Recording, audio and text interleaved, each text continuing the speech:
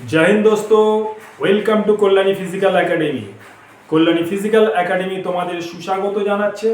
ইতিমধ্যে তোমরা বিভিন্ন পত্রপত্রিকা তাছাড়া সোশ্যাল মিডিয়ামের মাধ্যমে জানতে পেরে গেছো ওয়েস্ট বেঙ্গল পুলিশের সাব ইন্সপেক্টর, ওয়েস্ট বেঙ্গল পুলিশের কনস্টেবল, ক্যালকাটা পুলিশের কনস্টেবল তথা আবগারি বিভাগের রিক্রুটমেন্ট কবে হতে চলেছে।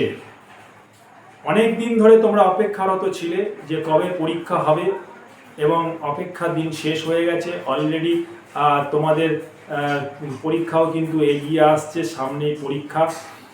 তবে তোমাদের একটা কথা আমি স্মরণ করিয়ে দিই, আমি একজন অল ইন্ডিয়া পুলিশ একাডেমির প্রাক্তন ফিজিক্যাল ট্রেনার হিসাবে তোমাদেরকে একটাই সাজেশন দিব, সেটা হচ্ছে যে কোনো জিনিস কিন্তু এককভাবে কিন্তু এগুলো চলবে না। অর্থাৎ কেউ যদি মনে করো আমি পড়াশোনায় খুব ভালো, পড়াশোনায় কোনো চিন্তার কোনো ব্যাপার নেই, যারা ভাবছো আমরা ফিজিক্যালে কিন্তু অনেক ভালো, ফিজিক্যাল নিয়ে আমাদের কিন্তু চিন্তার কোনো ব্যাপার নেই, তাদের ক্ষেত্রে এই ভিডিওটা অতি কার্যকরী ভিডিও। কারণ সমস্ত পুলিশ বিভাগে চাই ডিফেন্স লাইনে হও, যে কোনো চাকরির ক্ষেত্রে কিন্তু একে অপরের পরিপূরক। সেই একে অপরের পরিপূরকের বিষয়গুলো কি সেটাই আজকে তুলে ধরছি। যারা ভাবছো যে আমাদের ফিজিক্যাল কমজোর, তাদের ফিজিক্যালের উপরে জোর দিতে হবে।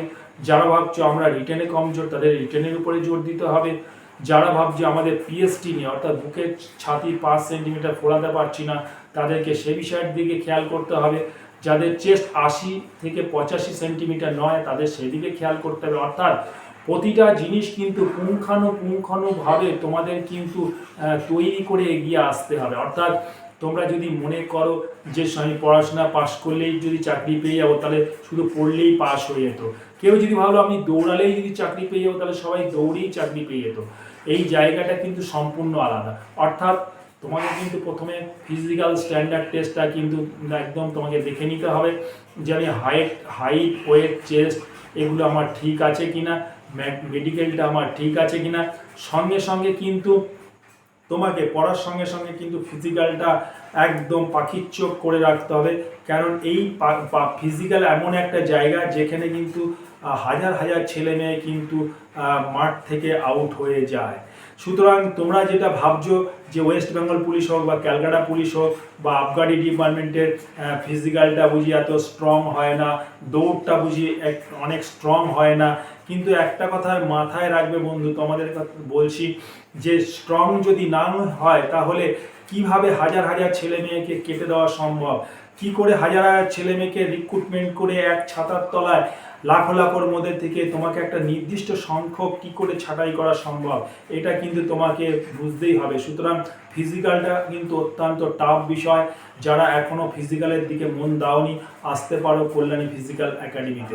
কল্যাণী ফিজিক্যাল একাডেমি একটা স্বয়ংসম্পূর্ণ একাডেমি, যে একাডেমিতে physical training instructor all India police একাডেমির প্রাক্তনীরা রয়েছে, যেখানে তারা তোমাদের সমস্ত বিষয় কিন্তু তৈরি করে দেওয়ার একদম সম্ভাব্য চেষ্টা করবে। তোমরা কিন্তু মনের দিকে অনেকটা জোর পাবে যে একটা ভালো একাডেমিতে এসছি, একজন ভালো ট্রেনারের সান্নিধ্যে এসছি। সুতরাং তোমরা আসতে পারো কল্যাণী ফিজিক্যাল একাডেমিতে। আর বসে থেকে কোনো কাজ নেই, তোমরা আসো, এখনই এগিয়ে আসো কল্যাণী ফিজিক্যাল একাডেমি।